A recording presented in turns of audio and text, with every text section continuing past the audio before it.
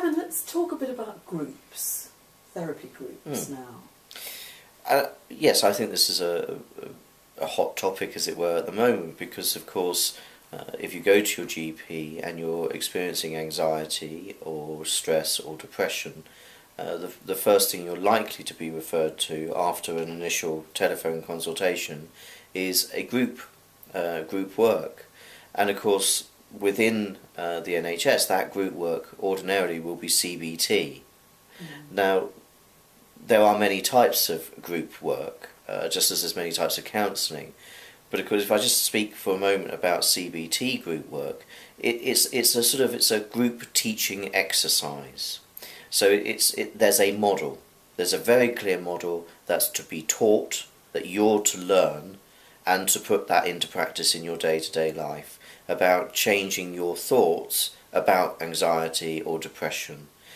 That's about how your thoughts affect your feelings, affect your which in turn affects your behaviour, and then that will affect how you're thinking again. It's like a cycle, isn't it? Yes, yeah. So you can, if you're thinking one way, this is how you can deal with those thoughts.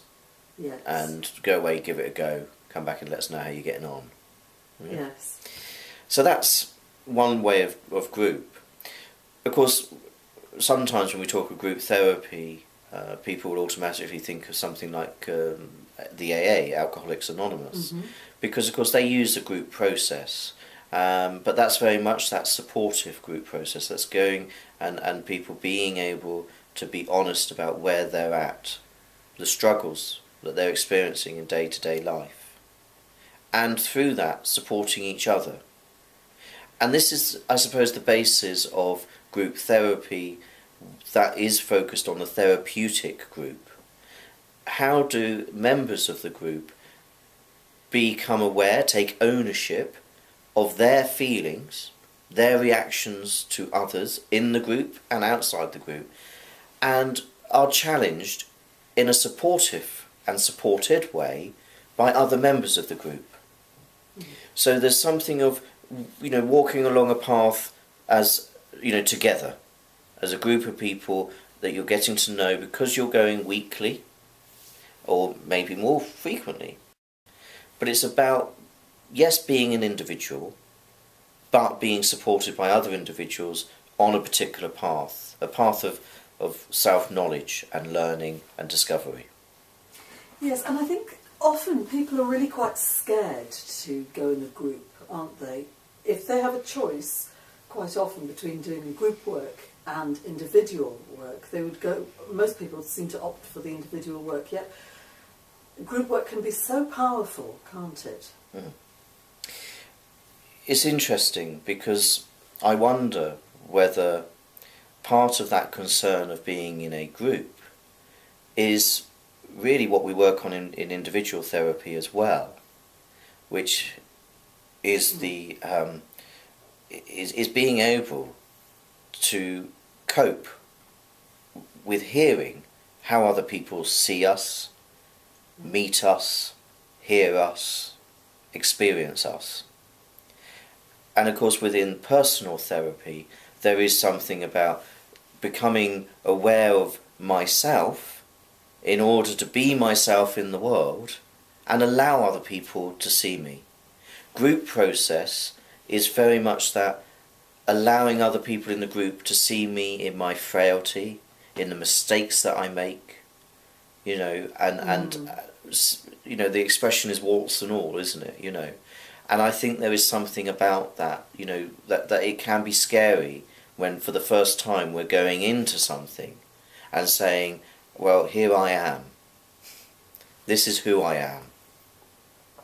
Yes, and usually though people get the chance to actually meet the group facilitator first, don't they, and hear something about what they're in for, if you like. Yes, and of course the group facilitator is always present, something to bear in mind. And the group facilitator is there to ensure that the safe is a safe space, to explore in that first instance what concerns you might have, to be aware of what's brought you to this particular point in time, and then with that awareness, facilitating a group to allow it to evolve and to grow and to sometimes be a difficult space to be in, but always a safe space. So what do you mean by safe space, exactly? I think the safe space is that you're not going to be attacked. And I mean physically, I mean verbally, emotionally. Or if there is a feeling of attack, there's someone you can turn to and say, this is how I'm feeling, this is what's going on. Someone who's going to step in if scapegoating occurs, which can happen. Yes. And so it's someone who's there to say, hang on, this is healthy tension dialogue that is painful but growth can come from it, or actually this is just an attack. Yes. And so that's what I mean by that safe space, where people aren't judged, and if judgment starts to come in, there's a gentle challenge to that. Well, is this space really a space of judgment, or is it a space to nurture each other?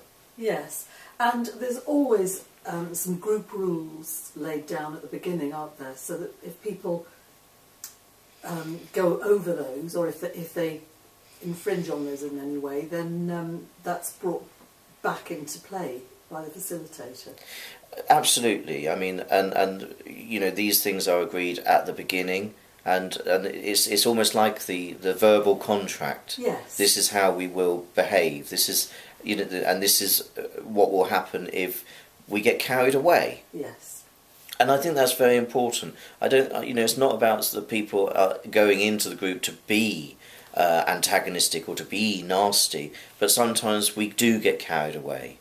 And when that happens in the group process, we know that there's someone, as well as the group, there's the facilitator to call us back to being in common with the rest of the group and exploring our difficulties together. Yes, and to be respectful of each other.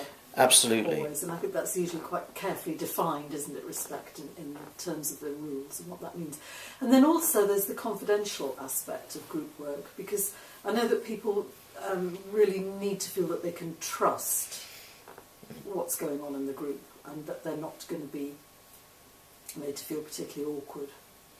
Absolutely, and I think, but this is why, in a way, group work needs that longer period of time. Yes. That regular contact.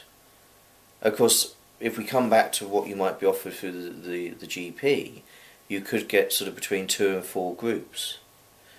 And because that's very much about teaching, you don't get this space to get to know each other, to feel safe with each other. Whereas group therapy, there is more contact. There's a regular, ongoing contact with the same people in the groups, so that you do build up that trust. And of course, at different times, individual members will feel safe at different times to bring something forward into the group process, to say something of a difficulty they're struggling with. And everyone's individual, and it needs to be when that person feels safe to divulge something. Yes, and I've heard a lot of people have had very positive experiences of being in a group for a period of time. So what advice would you give to somebody who is kind of just toying with the idea but is feeling quite scared? Give it a go. I think any of these things, give it a go. See what it feels like. And I always think, don't just go for 1 week, because that's that real sort of, what's going on, and trying to make sense of what's happening. And it can be a very different experience to anything you've experienced before. And so, give it a few sessions, go along, give it time, give yourself time to allow yourself to engage in the process.